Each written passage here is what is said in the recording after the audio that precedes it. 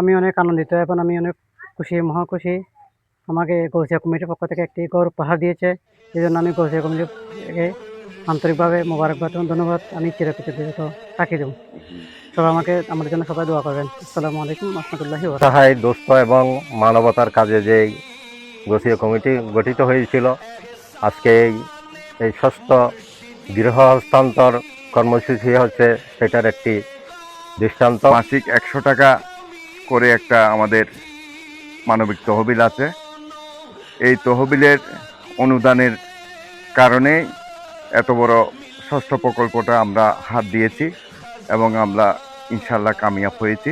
ষষ্ঠ গৃহ হস্তান্তর অনুষ্ঠান, সেই জন্য আমি ব্যক্তিগত পক্ষ থেকে এবং গাউসিয়া কমিটি বাংলাদেশ 1 নং হলদি ইউনিয়ন শাখার পক্ষ থেকে এই গৃহ নির্মাণ প্রকল্পের সাথে সংশ্লিষ্ট সকলকে আন্তরিক ধন্যবাদ এবং মোবারকবাদ জানাচ্ছি।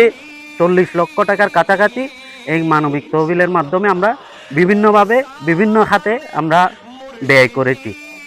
তো এগুলোর মধ্যে আমাদের সবচাইতে বড় প্রকল্প হচ্ছে যে গৃহ নির্মাণ। এরপর আমরা চিকিৎসা সহায়তা বিভিন্ন খাতে, ক্যান্সার রোগী বলেন, এই যে কোনো চিকিৎসা খাতে আমরা সবসময় সহযোগিতা করেছি। বিশেষ করে আমাদের এই এলাকার অসহায় দুস্থ মেয়েদের বিয়ের জন্য সবসময় আমরা সহযোগিতা করছি। বিশেষ করে শিক্ষা খাতে আমরা শিক্ষার্থীদের শিক্ষা উপকরণ সহ এবং শিক্ষা সহায়িকা প্রদান করে আসছি।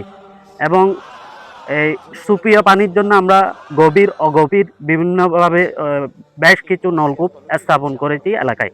এছাড়াও আমাদের যারা যেভাবে চায় অন্তত আমরা চেষ্টা করি আমাদের এই মানবিক তহবিলের মাধ্যমে সকলের পাশে দাঁড়ানোর জন্য।